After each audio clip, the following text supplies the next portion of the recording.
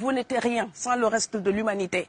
Et ce sont les firmes occidentales qui entretiennent la corruption aussi en Afrique, il faut le dire. Et quand on vient avec nos matières premières, l'Afrique n'est pas pauvre, on l'appauvrit. L'Afrique ne manque pas de ressources, l'Afrique est pleine de ressources. Donc toute cette économie qui se passe vous permet de vivre. Donc si vous vous coupez du reste de ces pays-là, vous allez survivre avec quoi? Parce que votre abondance, elle est entretenue aussi par d'autres. Oui. Vous avez besoin qu'on reste dominé pour servir de débouché à l'industrie européenne.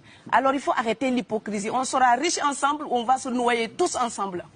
La deuxième chose, c'est que si vous renvoyez les étrangers, monsieur, et ça c'est le fantasme de l'extrême droite en Europe, le fantasme de renvoyer les étrangers, faites-le et vous allez voir la catastrophe dans vos pays. Parce que dans les pays étrangers, il y a les vôtres.